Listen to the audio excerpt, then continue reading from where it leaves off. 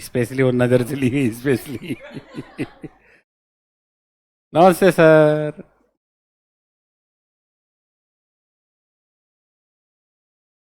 क्या दिया? ये तो ऋतिक रोशन ने कहा है या फिर भगवान कृष्ण ने कहा था कि खाली हाथ आए हो खाली हाथ जाओगे। एक पिक्चर में देखा था मैंने उसका गाना बेटा, ऋतिक रोशन का आता आया था ना।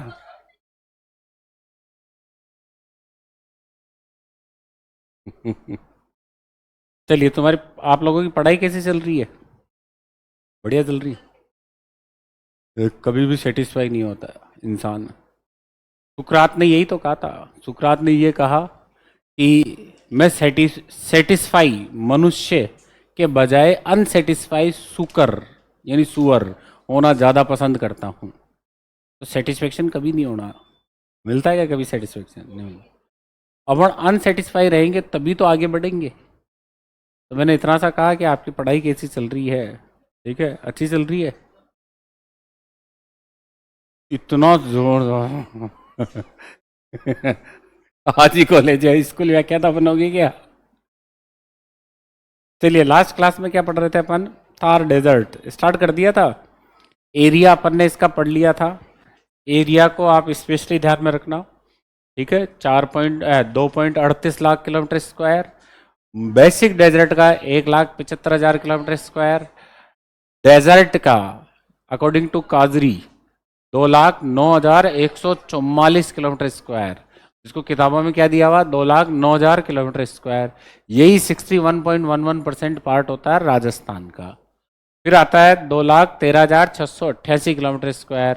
इसका 41.5% भाग सैंड ड्यून फ्री फ्री ठीक है, और 58.5% भाग सैंड ड्यून इंक्लूडेड। ठीक है, बालू का स्तूप युक्त और वो मुक्त प्रदेश। सभी में जैसलमेर को टिक करना है। दो जगह आपको जैसलमेर टिक नहीं करना। एक तो बरखान का आ जाए तो जैसलमेर टिक नहीं करना, और एक मिश्रित मरुस्थल का आ जाए तो जैसलमेर टिक नहीं करना। ठीक है। सर्वाधिक टाइप्स के सैंड ड्यून कौन से जिले में है? तो जोधपुर आएगा, जैसलमेर नहीं आएगा। ठीक है, तो ये दो तीन जगह है जहां स्पेशली आपको अन्य जिले में जोधपुर और चूरू आएगा। ठीक है, आगे पढ़ना शुरू करें। अब इसके बाद अपन ने पढ़ा था बेटा कि थार मरुस्थल का क्लासिफिकेशन स्टार्ट कर दिया था, वर्गीकरण। इसमें अपन ने पढ़ा शुष्क मरुस्थल और अर्ध शुष्क। शुष्क मरुस्थल के बारे में लिखा था अपन ने। इसका सबसे अच्छा सवाल आता है, देखो ध्यान से सुनो, जो सबसे ज्यादा कंफ्यूजन क्रिएट करता है कि राजस्थान में ड्राई डेजर्ट यानी शुष्क मरुस्थल कौन से जिले समूह में है? तो इसमें सबसे पहले आपको जैसलमेर और बीकानेर को वरीयता देनी है। जैसलमेर और बीकानेर को 25 सेंटीमीटर। ठीक है, आइसो हाइट लाइन समवर्षा रेखा इस शुष्क मरुस्थल की पूर्वी सीमा बनाती है। लेकिन रेतीले मरुस्थल की पूर्वी सीमा कौन बनाती है? 40 सेंटीमीटर समवर्षा रेखा। ठीक है, रेतीले मरुस्थल की पूर्वी सीमा 40 सेंटीमीटर समवर्षा रेखा और शुष्क मरुस्थल की 25 सेंटीमीटर समवर्षा रेखा। ठीक है, और हुल थार डेजर्ट की ईस्टर्न बाउंड्री 50 सेंटीमीटर समवर्षा रेखा। ठीक है, इसी क्रम में क्वेश्चन पूछा गया कि बरखान बालू का स्तूप कौन सी समवर्षा रेखा के समानांतर मिलते हैं? तो याद रखना, बरखान सबसे ज्यादा मिलते हैं 25 सेंटीमीटर समवर्षा रेखा के पैरेलल या उसके वेस्ट में। ठीक है, ये आगे अपन सैंड ड्यून में पढ़ेंगे। चले आगे। लास्ट में लिखा था अपन ने 3 भाग होते हैं, पहला रेतीला, दूसरा पथरीला और तीसरा मिश्रित। शुरू कर दें अपन। पहला लिखो सैंडी डेजर्ट, रेतीला मरुस्थल, 1 नंबर लगा के। रेतीला मरुस्थल, रेतीला मरुस्थल। और इसे अर्ग या इर्ग भी कहा जाता है। इसे अर्ग या इर्ग भी कहा जाता है। अर्ग या इर्ग भी कहा जाता है।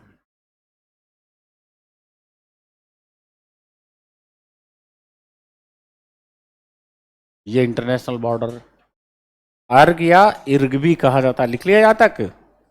बोलो बेटा। अब नीचे लिखो जिले, जिले लिखो जैसलमेर, बाड़मेर, फलोदी, बीकानेर और श्रीगंगानगर। इसमें 1 मिनट लिख लिया क्या आप लोगों ने? ओ बच्चों, तो जैसलमेर के बाद क्या लिखा? Bikaner, very good.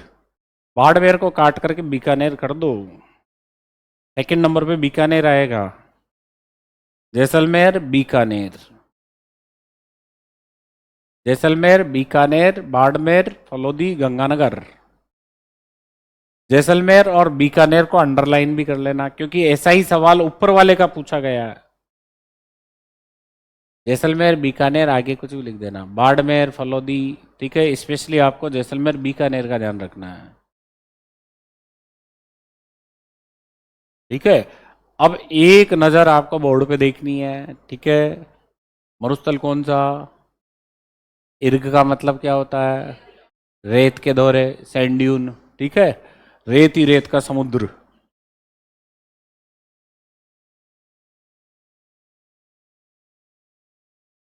लिख लिया बेटा जी। राजस्थान में ड्राई डेजर्ट, शुष्क मरुस्थल कौन से 2 जिलों में सबसे ज्यादा है? इसी क्वेश्चन को आगे रिपीट कर लो। राजस्थान में इर्ग मरुस्थल सबसे ज्यादा कौन से जिलों में? जैसलमेर, बीकानेर, ठीक है।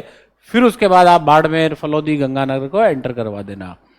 ये देखो, बाड़मेर, जैसलमेर, फलोदी, बीकानेर एंड श्रीगंगानगर, ठीक है। और फलोदी थोड़ा सा ज्यादा ही ऊपर हो गया, इसको ये लो फलोदी, ठीक है। अब देखो यहां नीचे नीचे एक स्थान है जिसका नाम है शाहगढ़। शाहगढ़, शाहगढ़ से लेकर अनूपगढ़, ये अनूपगढ़, शाहगढ़ से लेकर अनूपगढ़ के मध्य इंटरनेशनल बॉर्डर पर जो रेत के धोरे हैं उसे ही इर्ग मरुस्थल कहा जाता है। कहां से कहां के बीच में? शाहगढ़ से अनूपगढ़। शाहगढ़ कौन से जिले में है? कौन से में है?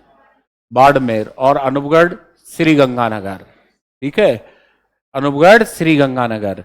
तो शाहगढ़ से लेकर अनूपगढ़ के बीच में रेत के धोरों का क्षेत्र जो इंटरनेशनल बॉर्डर पर है, कौन से बॉर्डर पे? इंटरनेशनल, उसे ही इर्ग मरुस्थल कहा जाता है, या अर्ग मरुस्थल कहा जाता है, या सैंडी डेजर्ट कहा जाता है। क्या कहा जाता है? सैंडी। क्लियर? अब देखो ध्यान से सुनो, आप लोग ऑलरेडी जानते हो क्या कि ये एरिया रेत के धोरों का है। किसका है? रेत के धोरों का। धरियन, ठीक है, रेत के धोरे, सैंड ड्यून, बालूका, स्तूप, ठीक है। अपन को ज्यादा सब्जेक्ट में नहीं जाना, फिर भी थोड़ा सा ध्यान रखना कि विंड द्वारा, किसके द्वारा? विंड, लिखना मत, विंड द्वारा रेत के, ठीक है, उड़ाने से नहीं, काटने से नहीं, घर्षण करने से नहीं, बिछाने से। बिछाने को क्या कहते हैं? जमाव, ये लो। और हिंदी में कहेंगे इसे निक्षेपण, अंग्रेजी में कहेंगे डिपोजिशन।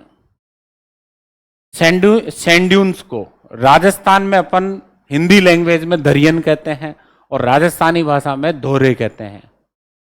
राजस्थानी भाषा में क्या कहते हैं? धोरे। और हिंदी में क्या कहते हैं? दरियन, ठीक है। और भी शुद्ध हिंदी लें तो रेत के धोरे या रेत के दरियन, ठीक है। अंग्रेजी में कहेंगे सैंड ड्यून। इनका निर्माण किससे होता है? विंड से होता है। विंड क्या करती है? काटती है, तोड़ती है? नहीं, बिछाती है। किसको? रेत को। हवा द्वारा मिट्टी के निक्षेपण से, ठीक है, जो स्थलाकृति बनती है उन्हें रेत का धोरा कहा जाता है। आ गया समझ में? निक्षेपण से, अपर्दन से नहीं। किससे? निक्षेपण से। अपक्षय से नहीं है बेटा, अपर्दन से तो कटाव होता है, ठीक है। उससे तो क्या बनते हैं? बीएड बनते हैं, रेत के दौरों में तो मिट्टी आकर बिछेगी। ठीक है। अच्छा एक बात बताओ, आप लोगों ने सबने एक सीन जो है वो देख रखा है। बोलूं मैं, क्या कह रही बेटा?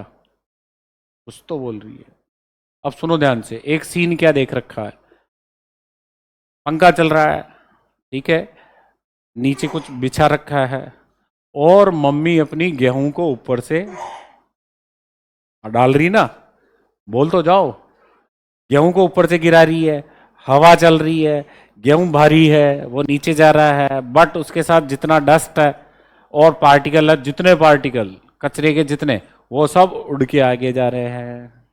ठीक है, उड़ के आगे जा रहे हैं। ठीक है, गिरा किसको रही है? गेहूं को। ठीक है, चला क्या रखा है? पंखा। और वो जो जितने भी डस्ट है वो सारी की सारी आगे जा रही है। सोचो थोड़ा सा, और आगे ध्यान दो, तुरंत दीवार है, तो वो दीवार के पास जाके जमा हो जाएगी। ठीक है, तो ध्यान से सुनो, पंखा चल रहा है, मम्मी गिरा रही है, दीवार है। ठीक है, एक बालू का स्तूप को बनने के लिए तीन अनिवार्य चीजें चाहिए। पहली चाहिए बेटा विंड, विंड स्पीड, कितनी स्पीड पे है हवा। ठीक है, दूसरा क्वांटिटी ऑफ सैंड, यानी ध्यान दो रेत की मात्रा, कितनी मात्रा में रेत है।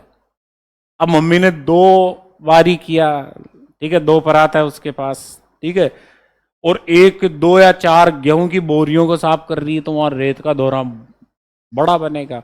अतः रेत की मात्रा, विंड की स्पीड, और अवरोध, बैरियर, दीवार आ गई ना। इन तीनों चीजों पर सैंड ड्यून का टाइप्स यानी प्रकार डिपेंड होता है। लाइक दिस, अनुदैर्ध्य, अनुप्रस्थ, बरखान, तारा, अवरोधी, सब्र काफीज, नेब्रखा, ये जितने अलग अलग नाम बोले हैं ना, ये सब अलग अलग सैंड ड्यून है। ये अलग अलग क्यों है? तीन चीजों पे डिपेंड। कोई कम हवा तेज है, हवा हवा की कम, कोई मिट्टी है ही नहीं, या थोड़ी सी मिट्टी है, जैसे like this star sand dune, तारा बालू का स्तूप, ये कम मिट्टी में बनता है, रेत कम की मात्रा कम है, तो ध्यान दो तारा बालू का स्तूप। रेत बहुत ज्यादा है बेटा, और लगातार एक ही स्पीड से 6 महीने तक हवा चल रही है, तो फिर अनुदैर्ध्य बनते हैं या अनुप्रस्थ बनते हैं। ठीक है, हवा ध्यान दो 4-6 महीने एक डायरेक्शन में चल रही है, 4-6 महीने एक, लेकिन शुरू के 4-6 महीने जिस डायरेक्शन में चल रही है वो तेज चल रही है, और अगले 4-6 महीने अपने यही तो होता है। सर्दियों में हवा की गति क्या हो जाती है? कम हो जाती है, और गर्मियों में, कल सुबह याद रखो, कल सुबह आंधी हटावा आया था, गर्मियों में तेज हो जाती है। तो ध्यान से सुनो, बरखान बालू का स्तूप बनेगा। बरखान एक तरफ तेज चल रही है और उल्टी डायरेक्शन होगी, तो धीरे धीरे होगी, तो अर्धचंद्राकार हो गया। कैसा हो गया? अर्धचंद्राकार। और ध्यान दो, कम रेत की मात्रा है और इधर से भी चल रही है और उधर से भी बन रही है, पैराबोलिक बनता है। हवा घूम घूम कर चल रही है तो तारा बनता है, और किसी बड़े पत्थर के पास जाकर मिट्टी आकर जमा हो रही है तो अवरोधी बनता है। ठीक है, रेत के दौरे चल रहे हैं था जैसलमेर में, और उसके बीच में कोई झाड़ी आ गई, वो दौरे पे दौरा आ गया, क्योंकि झाड़ी आ गई तो उसे नेब्रका कहेंगे, यानी रेत के दौरे पे दौरा, तो उसे नेब्रका कहते हैं। आ गया समझ में? तो यहां एक लाइन बड़े सावधानी से, क्योंकि रेत है तो सैंड ड्यून है। हम बाद में अपन सैंड ड्यून नहीं पढ़ेंगे, अपन किस में पढ़ रहे हैं? अर्ग में। अर्ग एक रेतीला मरुस्थल है, इंटरनेशनल बॉर्डर के आसपास है, शाहगढ़ से लेकर अनूपगढ़ के बीच में है, ज्यादा इसका पार्ट जैसलमेर और बीकानेर जिलों में है। रेत की अथाह मात्रा है, इसीलिए यहाँ धोरे मिलते हैं। दोरों को रीजनल लैंग्वेज में दरिया दोरे कहा जाता है, वैसे दरियन कहते हैं, अंग्रेजी में सैंड ड्यून कहा जाता है। दोरों का निर्माण पांच नहीं, तीन तीन, हवा की स्पीड और रेत की मात्रा और अवरोध, इन तीनों पर दोरों का टाइप्स यानी प्रकार डिपेंड होता है। राजस्थान में अमूमन कितने प्रकार के दोरे हैं? तो 7-8 प्रकार के दोरे मिलते हैं। ठीक है, आ गया समझ में? बोलो। आपसे कतई ये नहीं पूछा जाएगा कि दोरे किस आधार पर बनते हैं, लेकिन एक जनरल थोड़ा सा ज्यादा पढ़ा दिया मैंने, ठीक है, तो आपको याद रह जाएगा कि ये दोरे अलग अलग क्यों हैं। एक तो हवा के कारण है, दूसरा रेत के कारण है कि रेत कितनी है, कम रेत है तो छोटा दौरा बनेगा, ज्यादा रेत है बड़ा, हवा तेज एक ही चल रही है तो बड़े दौरे बनेंगे, कोई अवरोध आ गया तो अवरोध के अकॉर्डिंग दौरा बनेगा। आ गया समझ में? चले आगे।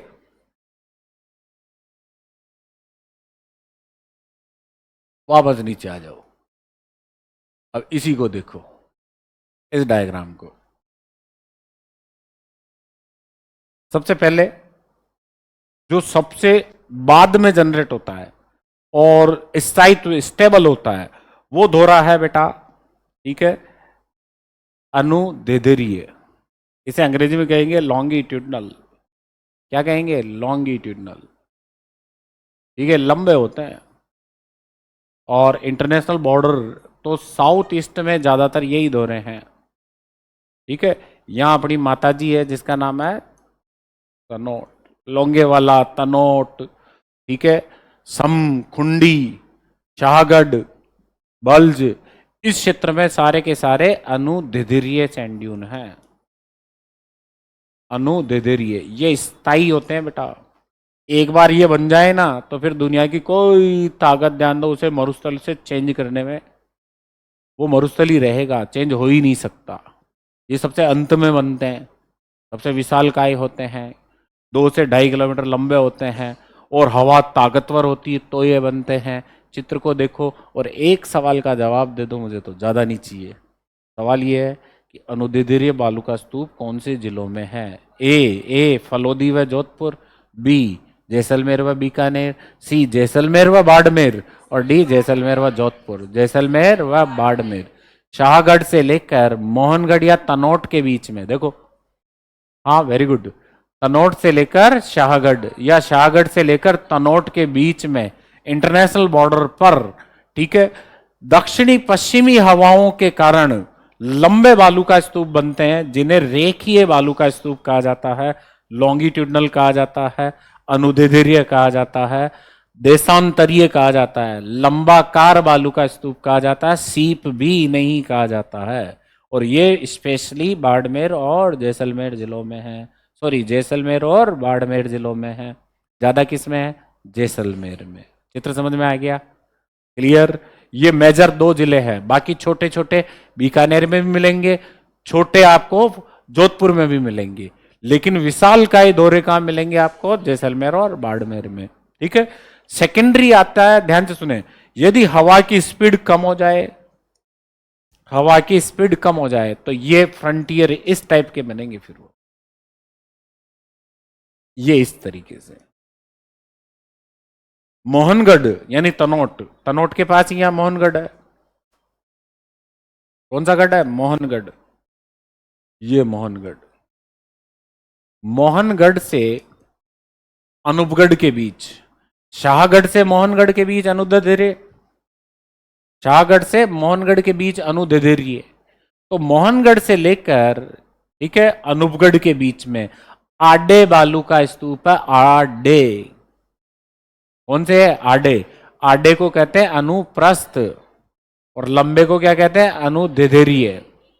ठीक है, हवा जाकर टक्कर खाती है रेत के तो अनुप्रस्थ हो गया ना। था अनुप्रस्थ मतलब आडा, ठीक है, और लंबाकार, लंबे मतलब हवा की दिशा के अनुसार। REET level 2, REET level 2। अब बताओ ये कौन सा है? बरखान। ये कौन सा है? पैराबोलिक। बरखान का उल्टा होता है पैराबोलिक। देखो ध्यान से, इन दोनों चित्रों को देखो, देखकर मुझे बताओ ये लंबे है चौड़े? लंबे है चौड़े? लंबे हैं चौड़े? लंबे हैं या चौड़े? एक ने लंबे बोल दिया, एक ने चौड़े बोल दिया। रीट लेवल सेकंड में आया है सवाल, ठीक है, कि निम्न में से कौन सा बालू का स्तूपों का समूह अनुप्रस्थ प्रकार का है? अनुप्रस्थ प्रकार का है। तो बेटा यहां हवा आकर टक्कर खा रही है। जब मैं क्या कर रहा हूं, क्लास में पढ़ा रहा हूं बेटा, थोड़ा सा इधर ध्यान दे लो। जब मैं कह रहा हूं रीट लेवल सेकंड में आया है, यदि ध्यान दो हवा सीधी चली जाए और रेत के टक्कर नहीं खाए तो वो अनुदैर्ध्य कहलाते हैं। और हवा यदि रेत के टक्कर खाती है समझ जाओ वो चौड़े है, अनुप्रस्थ है। तो ये दोनों किसके प्रकार है? अनुप्रस्थ के। अब सुनो ध्यान से, ये कौन सा है? पैराबोलिक। पैराबोलिक देखो ध्यान से समझना इसको। ये वाली भुजा हो गई छोटी और ये वाली भुजा हो गई लंबी। एक भुजा हो गई छोटी, एक भुजा हो गई लंबी। हवा है, इधर से हवा ज्यादा स्पीड से चली, ठीक है, इसको यहां से धक्का मारती गई और इस रेत को यहां से आगे खींचती चली ना। सितोलिया वो छिरमिया नहीं खेली क्या बचपन में, रेत में डालते थे, तो ध्यान दो एक साइड का पार्ट लंबा हो गया पतला हो गया और एक साइड का छोटा ज्यादा खिसक गया, एक भाग लंबा रह गया, स्टिक हो गई हॉकी, हॉकी के समान हो गया। अब ये ध्यान दो अनुदैर्ध्य अनुप्रस्थ, तो ये अनुदैर्ध्य प्रकार का हो गया। क्या हो गया, अनुदैर्ध्य। ठीक है, यही खेल है इसका। यदि हवा टक्कर खा रही है बेटा सीधी तो अनुप्रस्थ होते हैं, और हवा टक्कर नहीं खा रही है, गलियों में से गुजर रही है और रेत को आगे खींचती लेके जा रही है, तो वो अनुदैर्ध्य है। ये जो ही पैराबोलिक में एक, जो ही पैराबोलिक या एक मिनट, जो ही पैराबोलिक या बरखान में एक भुजा लंबी हो जाए तो वो अनुप्रस्थ के बजाय अनुदैर्ध्य में हो जाते हैं। फिर जब उनकी एक भुजा लंबी होती है तो उन्हें सीप कहा जाता है।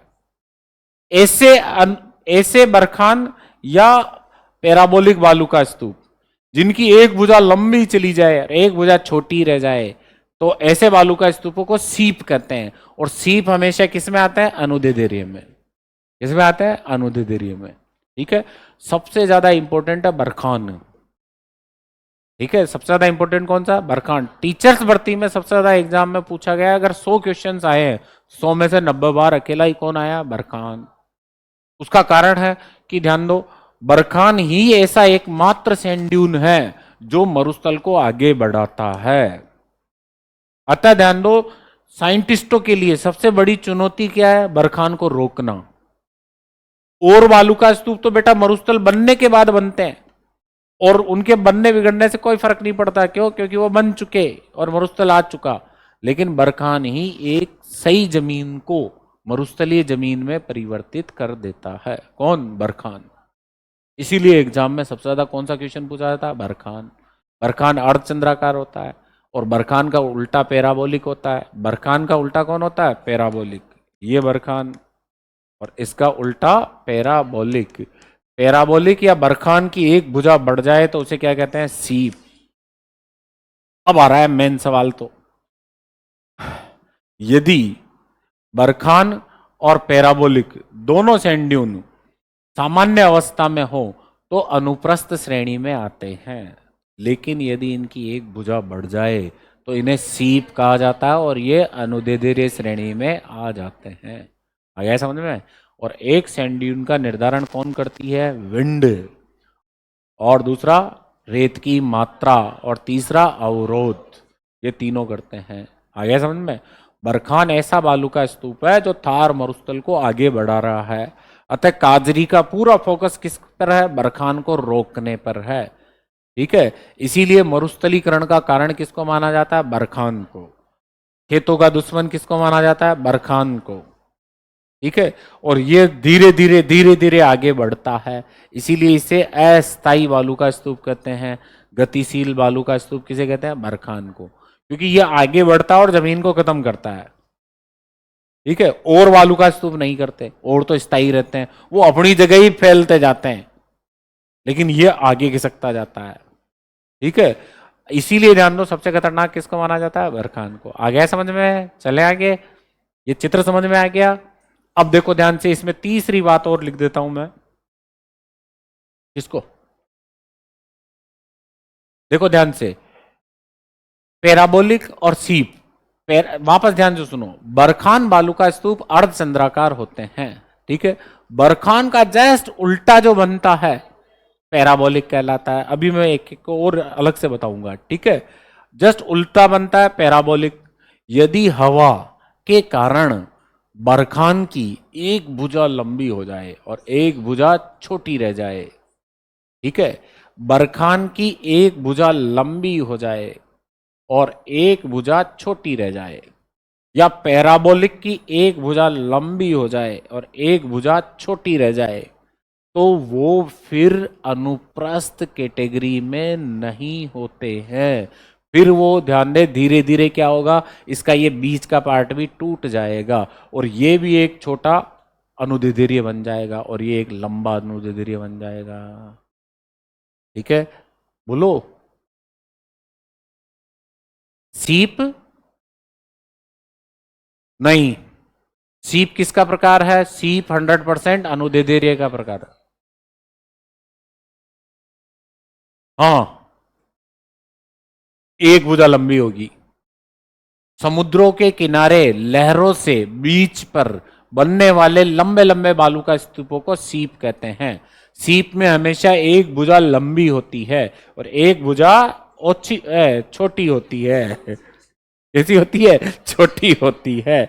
अतः ध्यान दो, सीप सैंड ड्यून जो होते हैं वो, इधर देखो, सीप सैंड ड्यून हमेशा अनुप्रस्थ और अनुदैर्ध्य बालू का स्तूपों के मध्य की कड़ी होते हैं ये। और इसको किस में सम्मिलित किया जाता है? अनुदैर्ध्य में। ठीक है, तो सबसे पहले अपन किसको पढ़ रहे हैं? अनुदैर्ध्य को। किसको पढ़ रहे हैं? अनुदैर्ध्य। इसमें इतना ध्यान रखना, यहाँ शेखावाटी में के क्षेत्र में कौन से है? बरखान। ये पूरा एरिया बरखान से अटा पड़ा है। ये पूरा एरिया बरखान से क्यों अटा पड़ा है, कोई बता सकता है? Very good. ये ध्यान ने कौन सी डायरेक्शन में बढ़ रहा है? नॉर्थ ईस्ट में। ठीक है, तो एक सवाल का जवाब दोगे? बोल तो जाओ। निम्न में से कौन से बालुका स्तूपों को, बालिका वधु नहीं, बालुका स्तूपों को, ठीक है, सेकंड फ्रंटियर बालुका स्तूप कहा जाता है? तो वो है बेटा बरखान। ठीक है, दूसरे नंबर पे होते हैं। ठीक है, आगे आगे जो बालुका स्तूप होते हैं वो होते हैं नेटवर्क। कौन से प्रकार के? नेटवर्क। देखो एक बार वापस मैप को देख लो, 1 मिनट और लगेगा अपन को।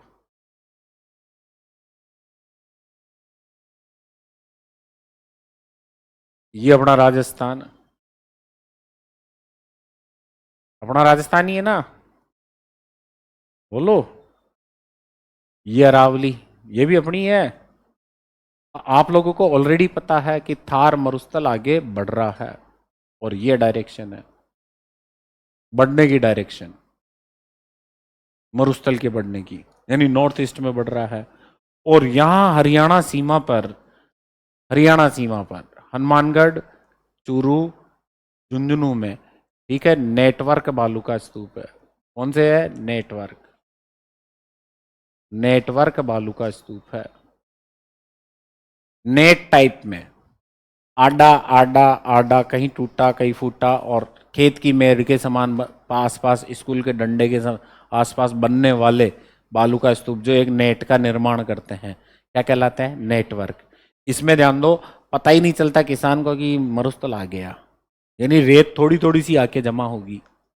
और कैसे? कि इस खेत की बाउंड्री पर यहाँ रेत आके जमा होगी, खेत की वो दीवार चल रही है उस पर रेत जमा होगी, अगले काका जी के खेत के वहाँ भी हो रही है, तो बुआ जी के खेत की वहाँ भी हो रही है। ऐसे करके ऊपर सैटेलाइट चित्र से देखते हैं तो रेत के लाइनें चलती है। ऐसे बालू का स्तूपों को नेटवर्क कहते हैं। ठीक है, ये सबसे फ्रंटियर बालू का स्तूप होते हैं, अग्रिम। इनके बिहाइंड, बैक साइड में कौन से बालू का स्तूप चलते हैं? बरखान। इसीलिए सबसे ज्यादा बरखान चूरू या शेखावाटी में माने जाते हैं। ठीक है, बोल तो जाओ।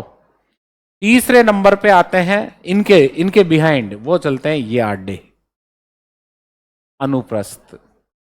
और चौथे आते हैं, वो आते हैं पैराबोलिक, सॉरी पैराबोलिक क्या, अनुदैर्ध्य। ये सबसे आखिरी में आएंगे। जैसे राजा महाराजा की सवारियां निकलती ना, वैसे सबसे frontier network, then second frontier कौन आएंगे? बरखान। फिर ध्यान दो, बरखान के बाद में आते हैं अनुप्रस्थ, और अनुप्रस्थ के बाद आते हैं अनुदैर्ध्य। ठीक है, तो सबसे आगे यानी मरुस्थल आने वाला है, इसकी चेतावनी कौन से बालू का स्तूप देते हैं? नेटवर्क। ठीक है, चेतावनी कौन देते हैं? नेटवर्क। और मरुस्थल आ गया तो वो बरखान, और स्थायी रूप से आ गया तो फिर अनुप्रस्थ। और ध्यान दो, और भी स्थायी जो कभी चेंज नहीं होगा तो फिर अनुदैर्ध्य। अब तो आ गया समझ में? ये अनुदैर्ध्य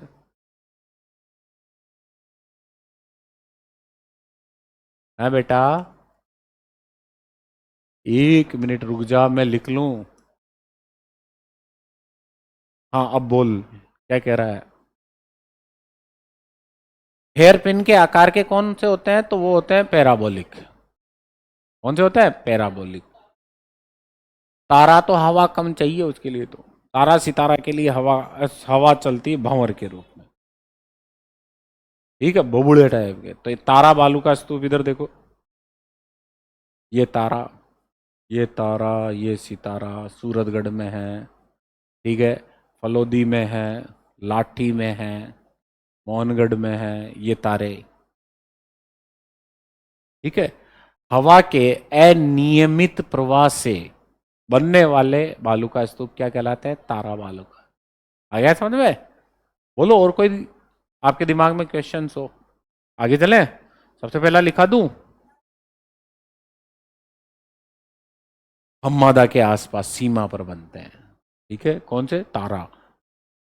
वो क्यों बनते हैं वहां? क्योंकि वहां रेत ज्यादा नहीं है, ठीक है, और चट्टाने हैं, तो पहाड़ों में हवाएं, चट्टानों में हवाएं घूमती है, वर्लफुल बनाती है, इसलिए वो सैंड ड्यून वहां बनते हैं। नागपाड़ के आसपास, बिचून पहाड़ी के आसपास, यहाँ अवरोधी, ये नागपाड़ है, तो नागपाड़ के आसपास कौन से बालू का स्तूप है? अवरोधी, अवरोधी सैंड ड्यून। पुष्कर में सबसे ज्यादा है, कौन से? अवरोधी बालू का स्तूप। और रेत के दौरों पर दौरे बनते हैं, उन्हें कहते हैं नेब्रिका। क्या कहते हैं? नेब्रिका। लिखा दूं क्या? किनकी? किसकी? देखो ध्यान से सुनो, अभी भी मैंने एक लाइन पढ़ाई है आप लोगों को, वो लाइन ये है कि सब अलग अलग है, सभी अलग अलग है। सामान्यतः अपन मान के चले तो 20 से लेकर 60 मीटर तक की ऊंचाई किसकी मिलती है? अनुदैर्ध्य की। सबसे ज्यादा ऊंचे मस्त जैसे मगरमच्छ पड़े हुए हैं, ऐसे बालू का स्तूप कौन सा है? अनुदैर्ध्य, ठीक है। और मगरमच्छ जैसा ही एक और होता है, घड़ियाल। घड़ियाल पतले होते हैं, आडे, अनुप्रस्थ और अर्धचंद्राकार, ठीक है, बरखान या पैराबोलिक। दिखा दूं क्या? समझ में आ गया? बोलो। मैप की फोटो खींच लो, बनाने जितना अपने पास टाइम नहीं है। देखो ध्यान से, यहां से स्टार्ट करो, यहीं से शुरू किया था ना अपन ने।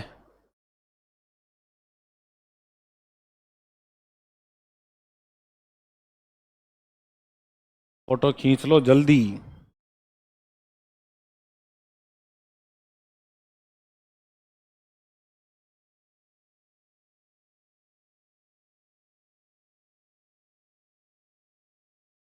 फोटो खींच ले, खींच नहीं, खींच ले। नहीं बोला था? इतना गुस्सा क्यों कर रही है?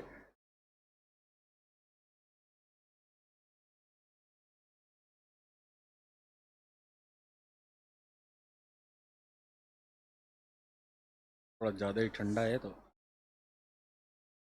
बेटा कहा खींच ली क्या?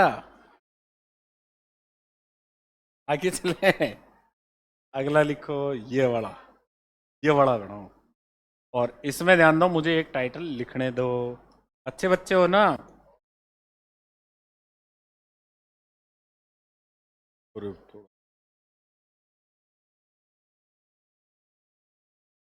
थार मरुस्थल का प्रसार, ये लो।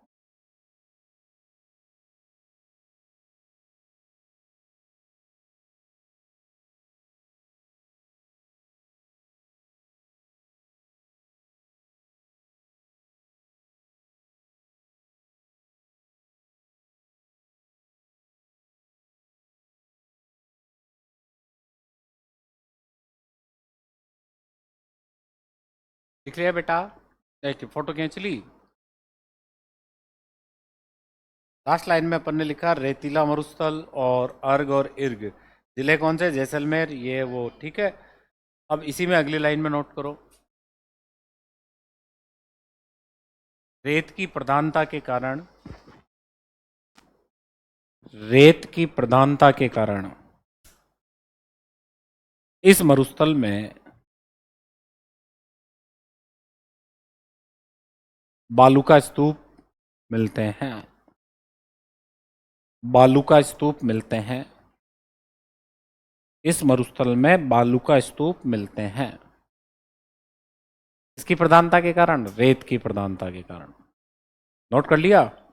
अगली लाइन में, बालू का स्तूपों के प्रकार 3 बातों पर निर्भर होते हैं। बालू का स्तूपों के प्रकार 3 बातों पर निर्भर होते हैं या 3 तथ्यों पर निर्भर होते हैं। पहला है बेटा 1 नंबर, 3 बातों पर निर्भर होते हैं। पहला लिखो, पवन की गति व दिशा।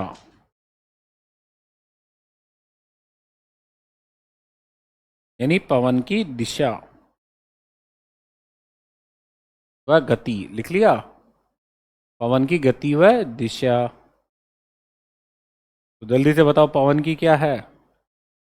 गति व दिशा किसकी है और पवन किसका है? और दोनों, और वो दोनों एक दूसरे के, या एक और है बीच में, कौन? गति। ठीक है, वो कहाँ जाएगी? अगली लाइन में सेकेंडरी, रेत की मात्रा, रेत की मात्रा, रेत की मात्रा। और तीसरे नंबर पे लिखो अवरोध का प्रकार, अवरोध का प्रकार। इन 3 चीजों पे कौन डिपेंड है? Sand dune. अगली लाइन में, संपूर्ण थार मरुस्थल में, फुल थार डेजर्ट, संपूर्ण थार मरुस्थल में, थार मरुस्थल में निम्न प्रकार के सैंड ड्यून मिलते हैं, निम्न प्रकार के बालू का स्तूप मिलते हैं।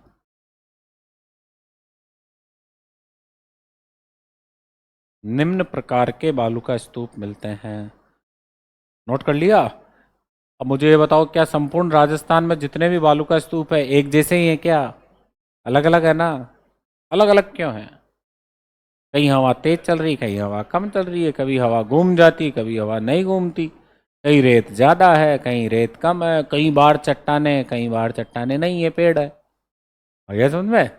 इसलिए अलग अलग टाइप के होते हैं। ऑल ऑफ फर्स्ट पहला लिखो, 1 नंबर, कौन सा लिखोगे? अनुदिधीर्य,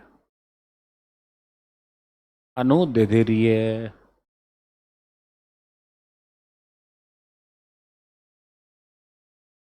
अनुदिधीर्य लिख लिया 1 नंबर। और इन्हें ही क्या कहा जाता है बेटा? रेखीय, लाइनर। इन्हें कहते हैं, हाँ, लीनियर या लाइनर, वो आते की है। देशांतरीय, देशांतरीय, लॉन्गिट्यूडनल, लंबाकार। विंडवर्ड, पवनामुखी, पवनानुवर्ती। इन्हें ही सीप भी कहा जाता है। रेखीय, देशांतरीय, लंबाकार, पवनानुवर्ती, सीप।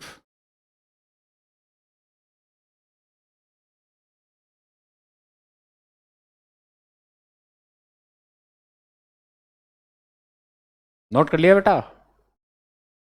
बोलो बच्चों। इन बालू का स्तूपों का निर्माण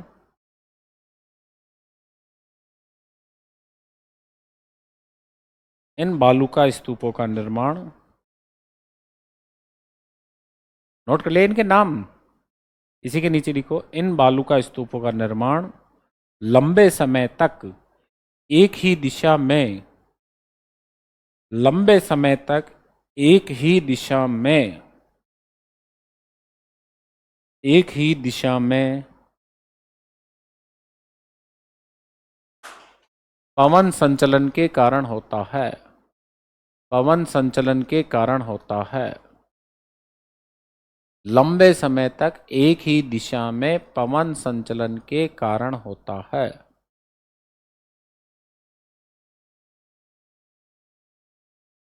अतः ये बालू का स्तूप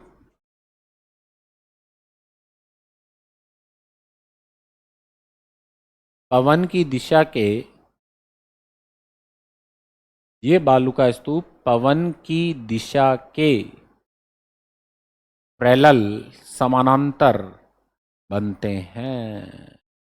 बनते हैं, पवन की दिशा के समानांतर बनते हैं। लंबे होते हैं, सबसे लंबे यही होते हैं, सबसे ऊंचे यही होते हैं। ठीक है, स्थाई स्टेबल होते हैं। ठीक है, अस्थाई नहीं होते। एक बार बन गए तो फिर वो बन गए। ठीक है, अब देखो कौन कौन से जिलों में, जिले लिखो सबसे इंपॉर्टेंट, बाड़मेर व जैसलमेर। और ये भी लिखो, शाहगढ़ से मोहनगढ़ के मध्य। जिले लिखो, जैसलमेर व बाड़मेर, जैसलमेर व बाड़मेर, जैसलमेर व बाड़मेर। किस किस के बीच बेटा? हाँ, वेरी गुड।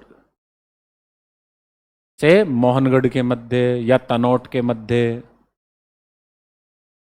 शाहगढ़ से मोहनगढ़ या तनोट के मध्य।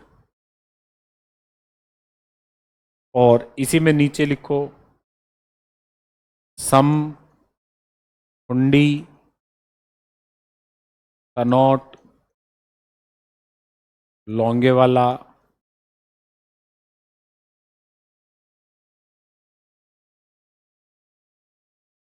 जिला जैसलमेर। सम, खुंडी, तनोट, लोंगेवाला, जिला कौन सा? जैसलमेर।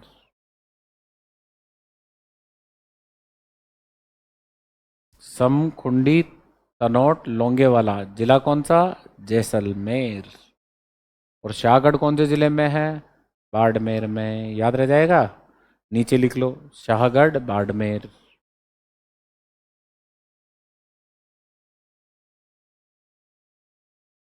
नोट कर लिया?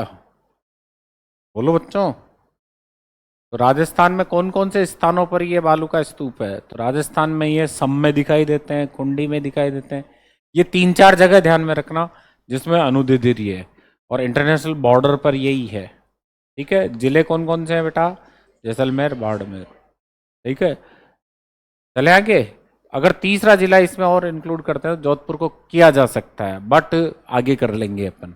आगे जोधपुर के लिए स्पेशल लिखेंगे कि जोधपुर और फलौदी की सीमा पर, ठीक है, लगभग अधिकांश प्रकार के छोटे आकार के बालू का स्तूप मिलते हैं, बड़े आकार के नहीं, छोटे आकार के। सेकंड नंबर पे चले, बोलो बच्चों। अगला लिखो, अनुप्रस्थ। कौन से? अनुप्रस्थ।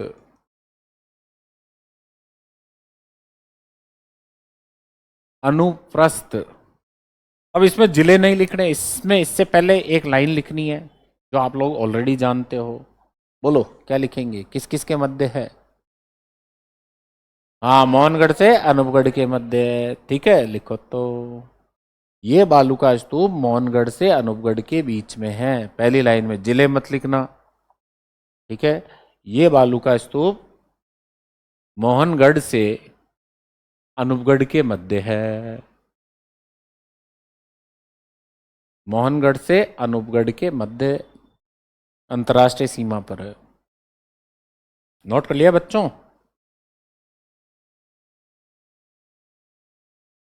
अब मैंने ये लाइन क्यों लिखा है, जिले क्यों नहीं लिखा है? इसलिए नहीं लिखा है कि सबसे ज्यादा कौन से जिले में है, तो गंगानगर में है, सही ना? या बाड़मेर में, या नागौर में? Very good. कौन से में है? बीकानेर। यही क्वेश्चन बनता है इसका, ये अनुप्रस्थ सबसे ज्यादा कौन से जिले में है? बीकानेर। देखो पूरा का पूरा बीकानेर आएगा, बीच में आएगा ना। ऊपर कौन है? अनूपगढ़। नीचे कौन है? मोहनगढ़। दोनों के बीच में बड़ा जिला कौन सा है? बीकानेर। क्योंकि बेटा मोहनगढ़ तो जैसलमेर के ऊपर का पार्ट में है, और अनूपगढ़ गंगानगर के नीचे पार्ट में है। बीच में जिला कौन सा? बीकानेर। इसलिए जिले रोके थे, ताकि वस्तु स्थिति आप समझ जाओ। ठीक है, अब लिखो नीचे क्या? जिले। पहला लिखो बीकानेर, सबसे ज्यादा कौन से जिले में? बीकानेर में। बीकानेर, गंगानगर, जैसलमेर। बीकानेर, गंगानगर, जैसलमेर।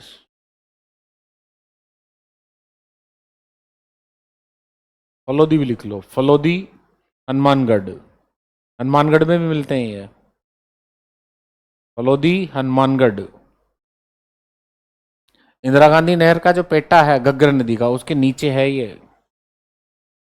इन बालू का स्तूपों का निर्माण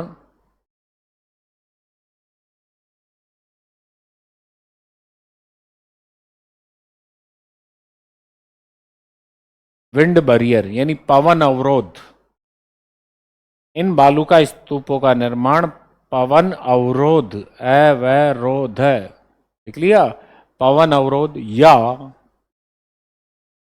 पवन दिशा के समकोण पर होता है। पवन अवरोध या पवन दिशा के समकोण पर होता है। पवन अवरोध या पवन दिशा के समकोण पर होता है। पवन अवरोध का मतलब क्या है? हवा टक्कर खा रही है, ठीक है, और हवा सीधी जाकर टक्कर खा रही है। टक्कर खाएगी तो आधी दाएं आधी बाएं, बची जो भी आधी इधर चली गई आधी बचेगी क्या? टक्कर खा के यूं, ठीक है। तो ये धक्का खा खा के आगे चलता जाता है, अतः इसकी आकृति यूं हो जाती है लहरदार, लेकिन आड़ी लहर रहेगी और विंड आके टक्कर खाएगी। क्या? रेत का अवरोध, हाँ ठीक है। रेत खुद अवरोध बन के खड़ी हो जाएगी, लगा धक्का खुद यूं चौड़ी होती जाएगी, ठीक है। और जहां ज्यादा धक्का लग गया वहां पीछे खिसक जाएगी। आ गया समझ में? ठीक है। खुद कोई ध्यान दो चट्टान वगैरह नहीं है, हवा की स्पीड क्या हो जाती? कम, ठीक है। यहां तो हवा की स्पीड तेज रहती है, वहां हो जाती कम। कम होते ही ध्यान दो जो रेत है वो यूं फैलने लग जाएगी, ठीक है। और विंड क्या करेगी? उस रेत को अपने साथ आगे खींचने की कोशिश करेगी, लेकिन रेत इतनी ज्यादा होगी कि आगे खींचेगी नहीं है, तो आडी हो जाएगी वो। कौन सा?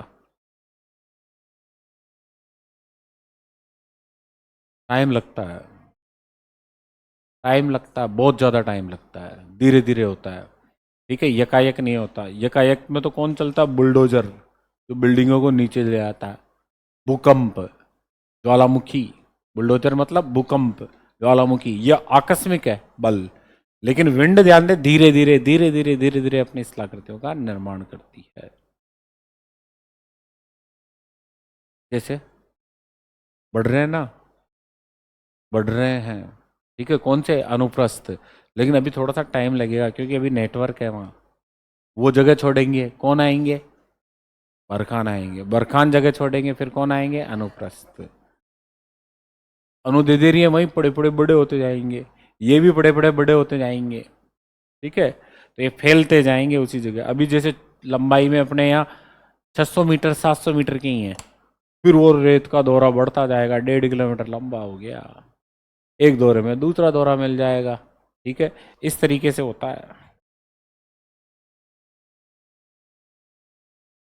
यूं दौरा चल रहा है, इसी का एक पार्ट यूं आएगा, इसी का दूसरा पार्ट यूं आएगा। आदमी परेशान, किधर जाऊं? ऊंट को तो पता है किधर जाना है, आदमी को परेशान है किधर जाना है, ठीक है।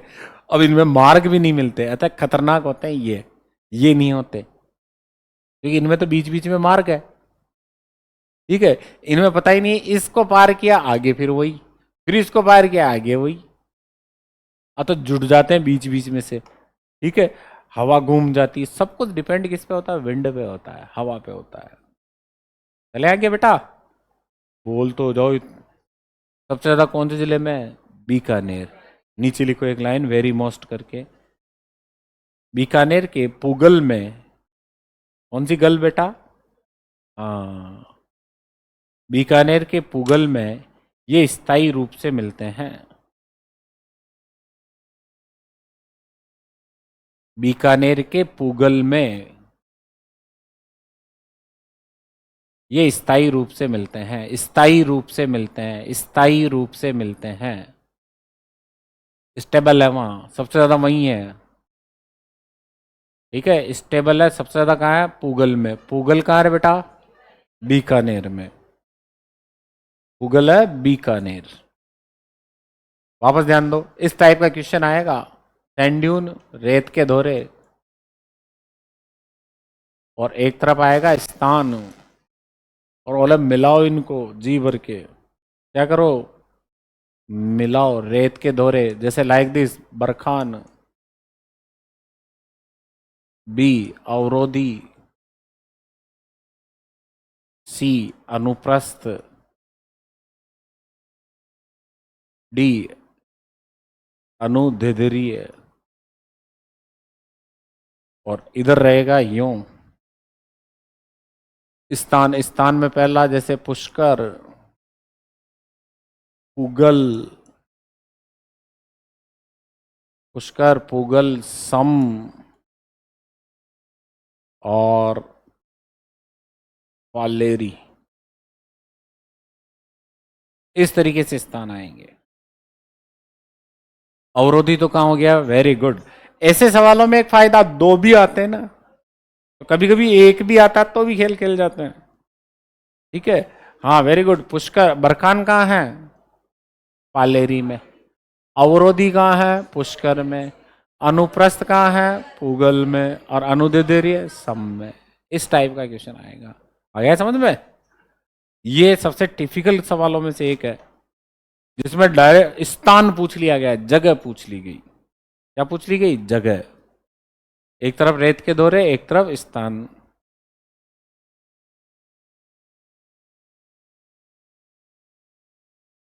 पालेरी चूरू में है, बालेरी पालेरी दोनों चूरू में। सम कहाँ है, जैसलमेर में। पूगल कहाँ है, बीकानेर में। और पोखरजी, पोखरजी मतलब पुष्कर, अजमेर में। अजमेर।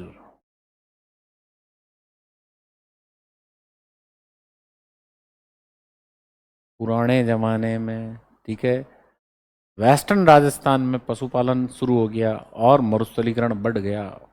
ठीक है, मेर का मतलब होता सीमा, अज का मतलब होता बकरी या भेड़। ठीक है, यानी भेड़ बकरियों की अंतिम सीमा कहाँ तक है, अजमेर तक। इसीलिए उसे क्या कहते हैं, अजमेर। बाड़मेर यानी बाढ़ की सीमा वाला जिला। कभी गौर किया ही नहीं, काम पड़ा ही नहीं। अजय मेरू, वो अजय राज जी के नाम पर था। ठीक है, नहीं अजय मेरू था, अजय मेरू के बाद धीरे धीरे वर्तमान में इसका नाम क्या रखा गया, अजमेर। चले आगे, बोलो। दूसरे नंबर पे लिख लिया, तीसरे नंबर पे लिखो। थर्ड नंबर पर, थर्ड नंबर पे लिखिए बरखान। कौन सा सैंड ड्यून, बरखान। बरखान।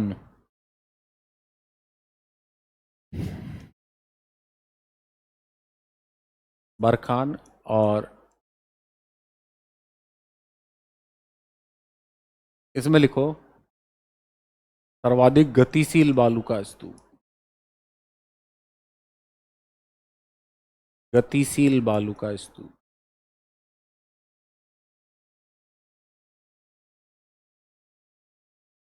आकृति कैसी होती है बेटा इनकी, अर्धचंद्राकार। अर्धचंद्राकार। सर्वाधिक गतिशील। मरुस्थलीकरण में सर्वाधिक योगदान।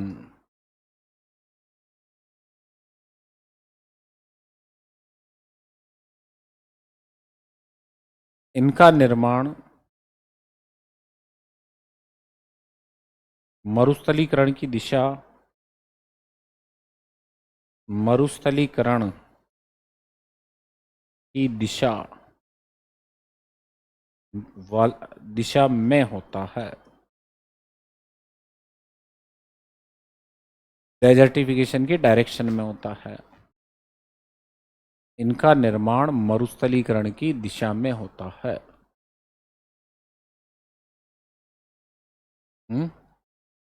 इनको रोकने का एक ही तरीका है, वेजिटेशन, वनस्पति। विंड स्पीड को कम करो बस। ठीक है, और लैंड यूटिलाइजेशन को चेंज करो, भूमि उपयोग को। और पशुओं को थोड़ा सा दूर रखो, भेड़ों को। ठीक है, टूट को नहीं, ऊंट को नहीं, भेड़ों को। भेड़ सबसे ज्यादा मरुस्थलीकरण करती है, कौन करती है, भेड़। ठीक है, ऊंट से नहीं होता, ऊंट वैसे भी ज्यादा ये लंबी गर्दन ऊपर जाएगा।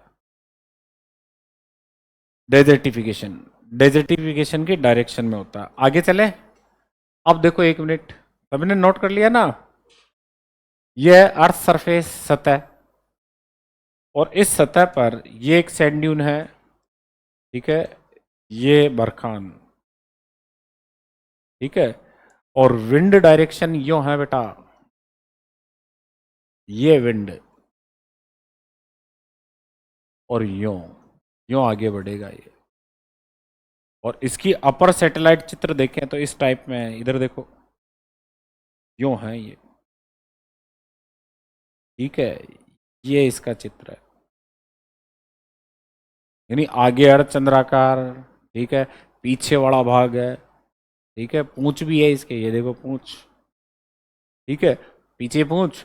अब आगे जिधर ये देख रहा है उधर यूं है, मेरे हाथ दिखाई दे रहे हैं ना, तो इसका फेस जो है वो अर्धचंद्राकार शेप में आगे है, यानी पवन विमुखी फेस है इसका। जिधर से हवा आ रही है, हवा तो इधर से आ रही है, और इसका मुंह आगे है, ठीक है, विपरीत है। तो ध्यान दो, जिधर से विंड ऊपर चढ़ रही है, हमेशा याद रखो, विंड जिधर से ऊपर चढ़ती है वो मंद ढाल होता है, तभी तो ऊपर चढ़ जाती है। इस दीवार के इधर से टक्कर करो हवा की, वो दीवार के जाके टक्कर खाएगी, टक्कर खाने के बाद थोड़ी हवा ऊपर चढ़ेगी, आगे टक्कर खा के ज्यादातर वापस आ जाएगी ना। और यही यो हो तो ऊपर चढ़ के हवा ऊपर चली जाएगी। क्लियर? तो याद रखना, जिधर से विंड वार ढाल है, यानी पवन मुखी ढाल मंद होता है, और पवन विमुखी ढाल तीव्र होता है, ठीक है। पवन विमुखी ढाल तेज होता है। अब इधर देखो बोर्ड पर, बाद में लिख लेना, जिंदगी भर लिखते आ रहे हो ना। हवा क्या करेगी, इस ए पॉइंट से, ये ए पॉइंट, इस ए पॉइंट से सैंड को उठाएगी और इस बी पॉइंट पे लाके छोड़ देगी, ठीक है। नीचे से रेत को उठाया और घर्षण करती करती करती ऊपर ले गई बेटा, ऊपर ले जाके छोड़ दिया, छोड़ते ही वो रेत नीचे जाएगी, जाएगी ना, बोलो, आगे जाएगी। रेत कहाँ से उठाई, यहां से, और छोड़ा कहाँ, यहाँ, यहाँ छोड़ा, तो ध्यान दो धीरे धीरे आगे खिसकता जाएगा, यहाँ से ये कट, यहाँ से कट लगता जाएगा, कट, तो ये देखो, फिर कट लगा, फिर ये देखो। अतः ये गतिशील बालू, हाँ, भाई यहाँ से रेत उठाई, यहाँ डाली, तो यहाँ से रेत उठ गई ना, तो फिर आगे खिसकता जाएगा, खिसकता जाएगा, खिसकता जाएगा। इसीलिए मरुस्थलीकरण को सबसे ज्यादा योगदान जो है, कंट्रीब्यूट, वो किसका है, बरखान का है। आया समझ में पूरा, कोई डाउटफुल नहीं है ना। सबसे ज्यादा तेज गति से यही चलता है, ठीक है। और इसमें क्या होता है, पीछे से, ठीक है, तो आगे खिसकता जाएगा, ठीक है। अब देखो किसी खेत पे आ गया, और अपन कहाँ चले गए, कनाडा, और वहां कॉलेज में क्या पढ़ गए, हिस्ट्री के प्रोफेसर, कहाँ, कनाडा में, ठीक है। कनाडा में हिस्ट्री के प्रोफेसर बन गए, और अपना खेत कहाँ था बेटा, नागौर में। और 50 साल बाद वापस आए, तो 50 साल में वो सैंड ड्यून अपने खेत से गुजर चुका है। तो खेत की सारी प्रेस होती ना, प्रेस, ठीक है, इस्त्री, उसमें गीले छिड़के करके फिर इस्त्री फेरते हैं, अपन फेरते हैं ना, तो वो सारी नमी को एब्जॉर्व कर लेती है। वैसे ही खेत की सारी अंडरग्राउंड नमी को, मिट्टी को, पूरी नमी को खींच लेगी, नीचे क्या बच जाएगी, बंजर। और उस बंजर को फिर नमी तो रही ही नहीं, नमी खत्म होते ही सोचो क्या हालत होती है, सूख जाती है, सूखते ही फिर हवाएं उसे तोड़ देगी, यानी खेत को तहस नहस कर देता है ये। इसलिए सबसे खतरनाक कौन होता है, बरखान। आ गया समझ में, लिखाऊं आगे, इसको, इस डायग्राम को बना लो, ये इंपॉर्टेंट है। ये ए और बी पॉइंट छोड़ो, इसको ए और बी को आप तो ये लिख लो, पवन मुखी ढाल मंद और पवन विमुखी ढाल तीव्र।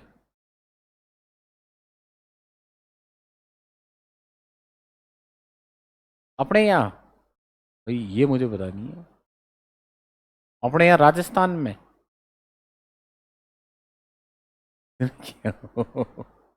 भाई देखो उसका HS शर्मा का नाम आता तो HS शर्मा ने बीहड़ों का अध्ययन किया, देख के बता सकता हूँ कि राजस्थान में किसने सैंड ड्यून्स का सबसे ज्यादा स्टडी की है। ठीक है ना।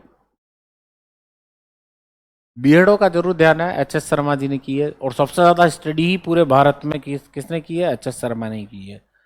ठीक है। और ये यहीं से थे, अपने राजस्थान विश्वविद्यालय से। ये यहाँ महेश नगर फाटक के पास ही मकान है उनका। ठीक है। और वो ऑल ओवर इंडिया के ज्योग्राफी एसोसिएशन के अध्यक्ष भी रहे हैं। बरकत नगर में है उनका मकान। मिठाई की दुकान से इधर चलता है, थोड़ा ब्यूटी पार्लर आता है एक उसी के आगे। ठीक है, चित्र बना लिया, लिखो अगली लाइन में एक नाम, एक लाइन नोट करो नीचे। इन बालूका स्तूपों का पवन मुखी ढाल मंद होता है। इन बालूका स्तूपों का पवन मुखी ढाल मंद होता है। पवन मुखी ढाल मंद होता है।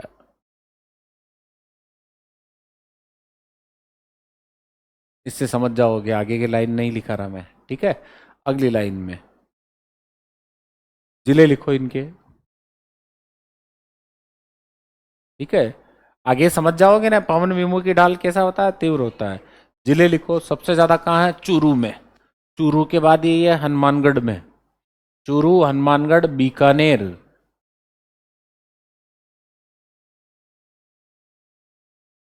चूरू, हनुमानगढ़, बीकानेर, नागौर, सीकर, यानी शेखावाटी आ गया ये।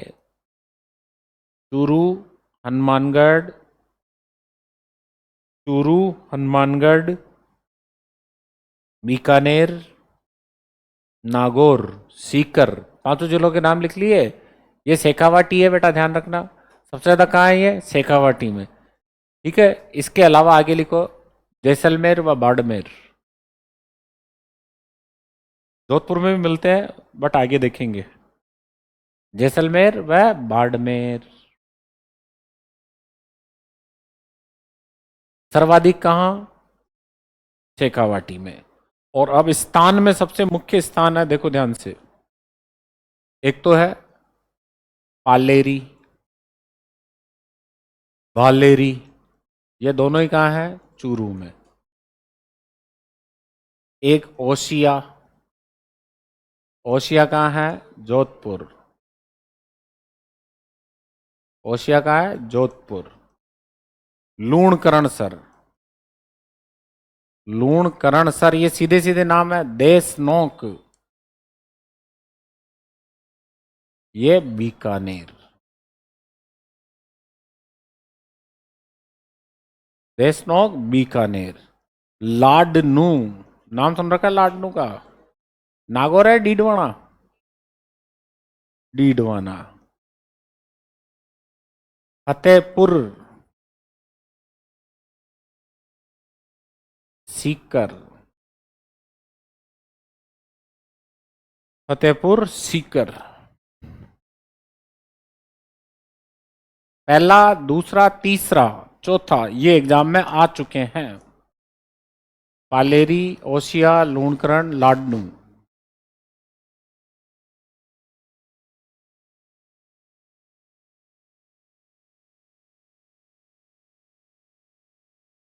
नोट कर लिया बेटा जी, चले आगे।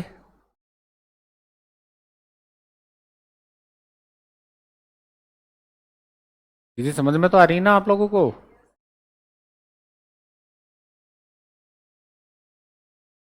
अपन को नहीं दिखता।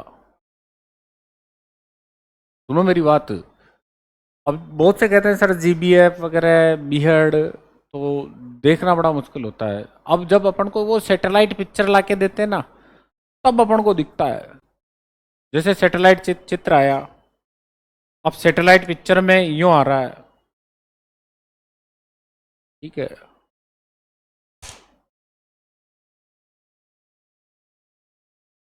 मेरे पास है एक सैटेलाइट, लेकिन लगाएंगे क्या?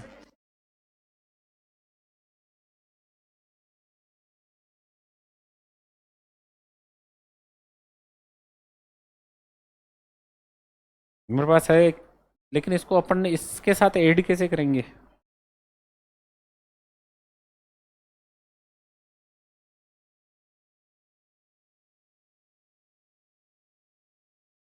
यहाँ प्रोग्राम है, यहाँ उसके तीनों चार प्रोग्राम है, तो इसको इससे कनेक्ट करे बिना इस मोबाइल थोड़ी ये थोड़ी दिखाएगा। गूगल पे वो डेटा नहीं है बेटा। ठीक है, अपन ध्यान दो, सैटेलाइट पिक्चर में देखते हैं तो उसमें ध्यान दो, यूं लाइनें धारियों के रूप में आगे आ रही है, तो वो अगर अपन उसका स्केल देखें तो किसी का आ रहा है 1600 मीटर, किसी का 1800 मीटर, एक लाइन यूं चल रही है। ठीक है, सिंपल लाइन है, और उसके शेड आ रहे हैं, छाया आ रही है। तो उस छाया छाया कब बनेगी? जब कोई लैंडस्केप होगी। रिमोट सेंसिंग में यही तो पढ़ता है अपन, आर्मी वालों को पढ़ाई जाती है रिमोट सेंसिंग, एयरफोर्स वगैरह। तो ये है हाथ है, इसकी छाया ही तो होगी। छाया से अनुमान लगा लेते हैं कि हाँ यहाँ कोई ऊंची स्थलाकृति है। ठीक है, तो उसके एक साइड में छाया, फिर अब छाया यूं चल रही है तो अपन अनुमान लगा लेते हैं कि ये कोई अनुदैर्ध्य है। आडी छायाएं चल रही है तो अनुप्रस्थ है। इतनी इतनी सी दिखाई देती है वो, उसके आधार पे अपन देख सकते हैं। ठीक है, ऐसे सैटेलाइट पिक्चर के प्रोग्राम मेरे पास है बहुत सारे, बट अपन इसको कनेक्ट कर नहीं सकते। इसी क्रम में अगला लिखो, पैराबोलिक। पैराबोलिक हिंदी में बोलेंगे इसे परवलयाकार। हिंदी में क्या बोलेंगे बेटा? परवलयाकार। हाँ जी, परवलयाकार।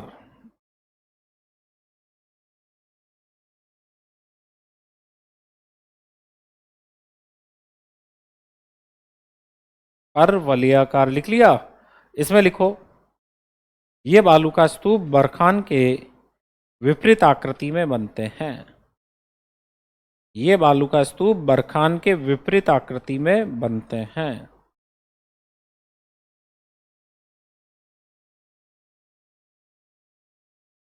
बरखान के विपरीत आकृति में बनते हैं।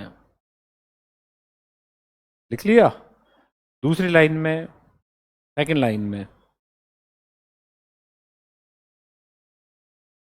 इनकी आकृति हेयर पिन के समान होती है। इनकी आकृति हेयर पिन के समान होती है। हेयर पिन के समान होती है।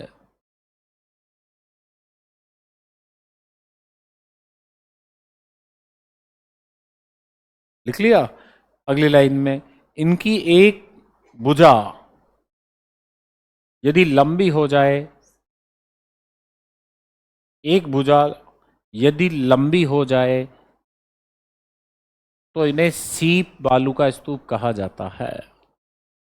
तो इन्हें सीप बालू का स्तूप कहा जाता है। कौन से बालू का स्तूप कहते हैं? सीप।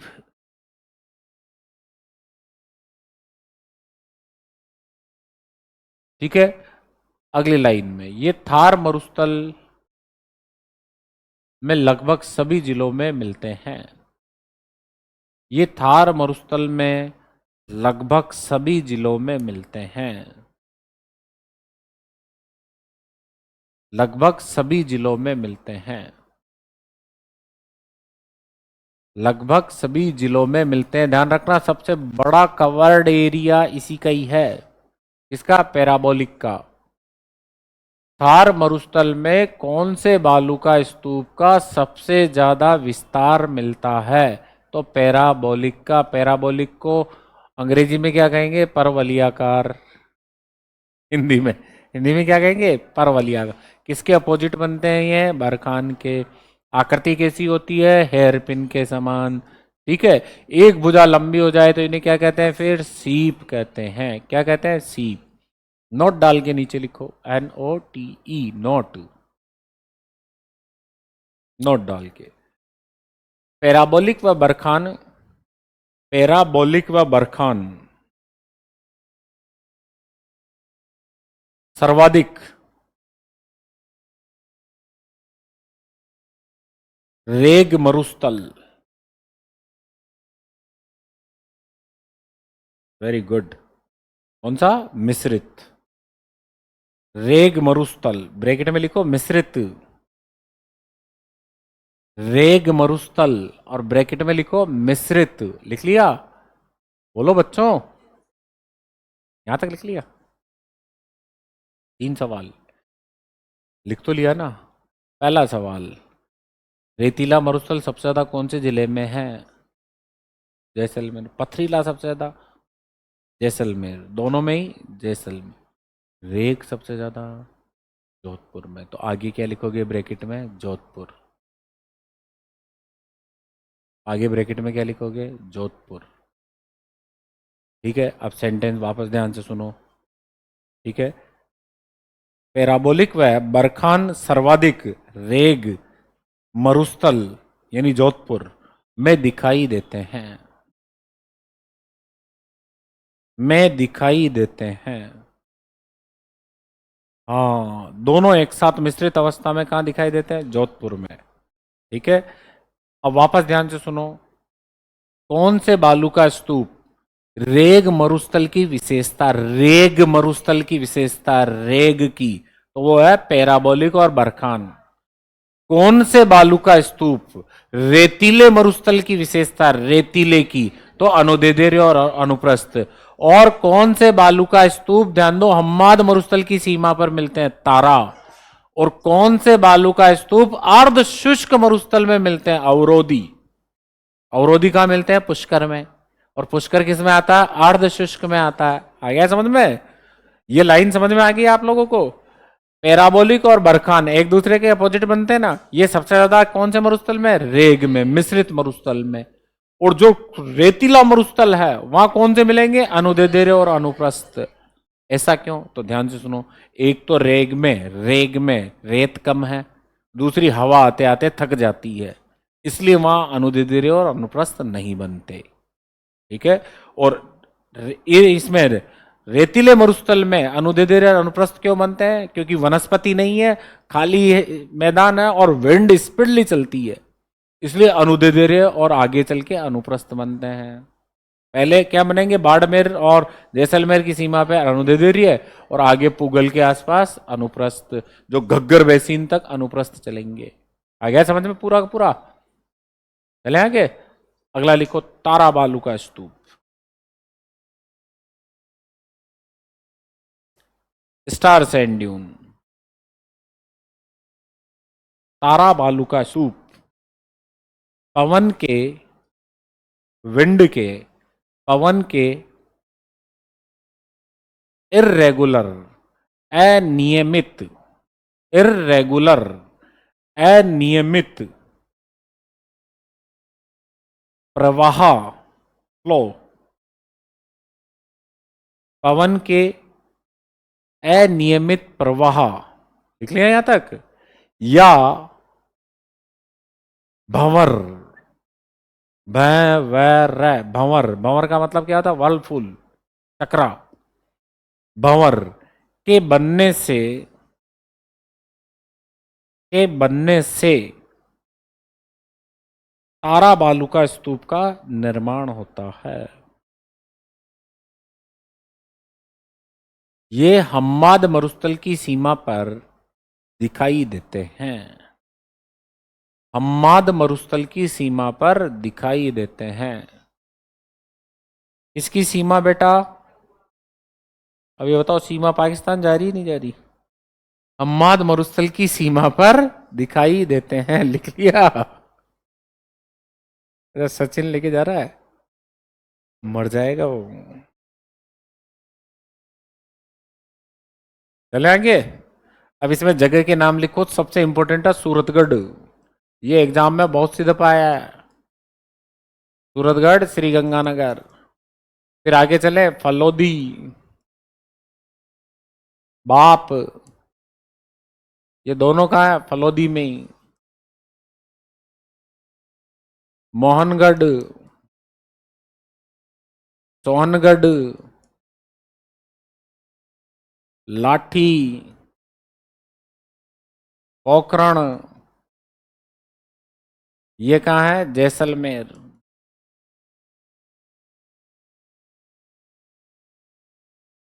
सूरतगढ़ ये कहाँ है? श्री गंगानगर।